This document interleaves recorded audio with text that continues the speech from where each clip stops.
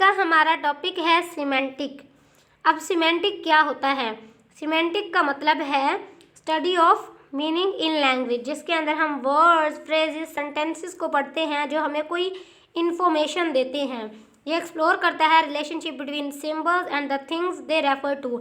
इसका मकसद होता है एक मीनिंग को अंडरस्टैंड करना और उसके पीछे छुपे हुए लिंग्विस्टिक एक्सप्रेशन के बारे में जानना। तो ये है सिमेंटिक। तो हम कह सकते हैं कि इस टर्म का मतलब है कि हमने लोगों के वर्ड्स को समझना है, क्योंकि जो डिफरेंट लोग हैं ना, उनके जो डिफरेंट वर्ड्स हैं वो डिफरेंट सिचुएशन के अंदर अकर होते हैं, उनके डिफरेंट मीनिंग्स होते हैं। तो सिमेंटिक हमें हेल्प करता है लोगों के जो वर्ड्स हैं उनके मीनिंग्स को समझने में। सिमेंटिक एक फॉर्मल टर्म है जो कि लिंग्विस्टिक का एक ब्रांच है, जिसका मेन कंसर्न मीनिंग ही होता है कि किस तरीके से मीनिंग को कंस्ट्रक्ट किया गया है और कैसे वो हमारे कम्युनिकेशन में, चाहे वो रिटन हो या स्पोकन हो, उसके अंदर एक अहम रोल निभा रहा है। तो ये जो दोनों सेंसेस हैं एक लफ्ज़ के जो बहुत ज़्यादा इंपॉर्टेंट होते हैं और एक दूसरे से कनेक्ट होते हैं। सिमेंटिक हमें हेल्प करता है to determine how people interpret a text, के किस तरीके से जो लोग हैं वो एक टेक्स्ट को समझते हैं।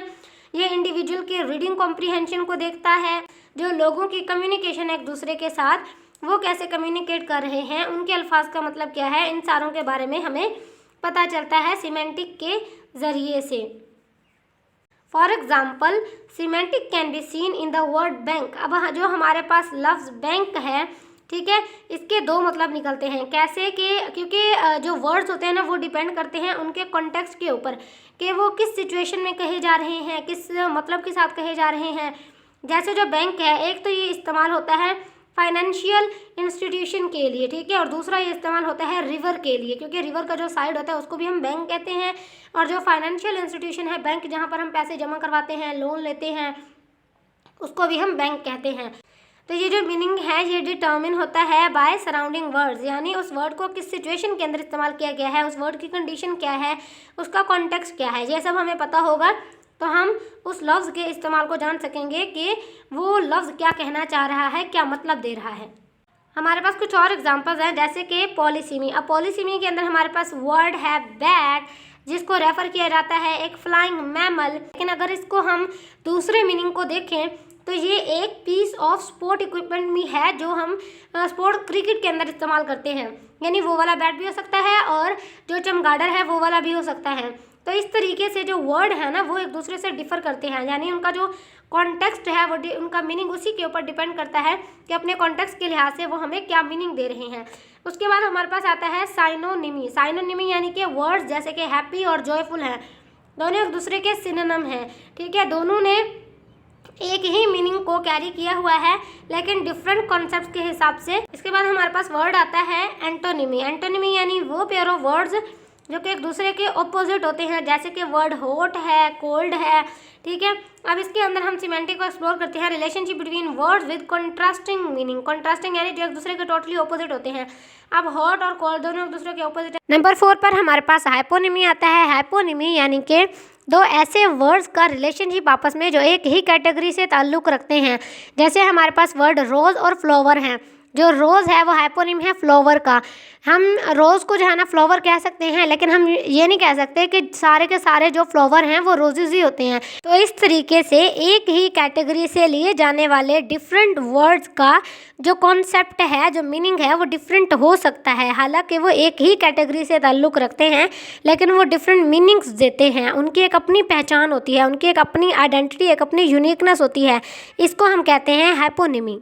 जैसे कि रोज़ और फ्लावर दोनों की अपनी आइडेंटिटी है, दोनों की अपनी यूनिकनेस है, दोनों का कॉन्सेप्ट अपने हैं, दोनों के मीनिंग्स चेंज हैं एक दूसरे से, लेकिन कैटेगरी एक ही है जिसके अंदर ये इस्तेमाल किए जाते हैं। इसके बाद हमारे पास होता है होमोफोनी। अब होमोफोनी वो वर्ड्स जो एक जैसी आवाज़ रखते हैं, जैसे कि बेयर बेयर। अब ये जो बेयर बेयर है दोनों की आवाज़ तो एक है लेकिन दोनों का जो मीनिंग है ना वो एक दूसरे से टोटली डिफरेंट होगा। इनकी प्रोनाउंसिएशन मैटर नहीं करती क्योंकि हमने इसके मीनिंग को ही देखना होता है। फिर हमारे पास आता है एम्बिग्यूटी। एम्बिग्यूटी क्या है? एम्बिग्यूटी यानी आप कंफ्यूज हो गए हैं, आपको कोई कन्फ्यूजन है उस चीज़ से। जैसे आई सा हर डक। आई सा हर डक का मतलब है कि could mean witnessing a person lower their head और ऑब्जर्विंग अ बर्ड, यानी हमने एक ऐसे इंसान को देखा है जिसने अपने सर को नीचे किया हुआ है और जो कोई वर्ड को देख रहा है। तो ये डेमोन्स्ट्रेट करता है एक एम्बिगिटी को जो हमें मल्टीपल पॉसिबल इंटरप्रिटेशंस की तरफ लेकर जाता है। यानी हमने जब डक को देखा था तो वो क्या कर रही थी, वो किस हालत में थी, वो कहाँ जा रही थी, वो किसके पास थी, कोई उसको किडनैप करके लेके जा रहा था, या वो ज़ख्मी थी, या वो रोड क्रॉस कर रही थी, कुछ भी हो सकता है। तो हम डिफरेंट जो मीनिंग्स हैं उनको इंटरप्रेट कर सकते हैं। ये हमारे पास होता है एम्बिग्यूटी कि हमें एक चीज़ के हवाले से कन्फ्यूजन है, वो चीज़ क्लियर नहीं है, वो आधी अधूरी रह गई है। ये चीज़ हमें मल्टीपल पॉसिबल इंटरप्रिटेशंस की तरफ लेकर जाती है कि हाँ ये भी हो सकता है, ये भी हो सकता है और ये भी हो सकता है। Types of semantic. सिमेंटिक के 3 टाइप्स होते हैं, एक होता है फॉर्मल, एक होता है लेक्सिकल और एक होता है कॉन्सेप्चुअल। फॉर्मल सिमेंटिक क्या होता है? फॉर्मल सिमेंटिक होता है study of grammatical meaning in natural language.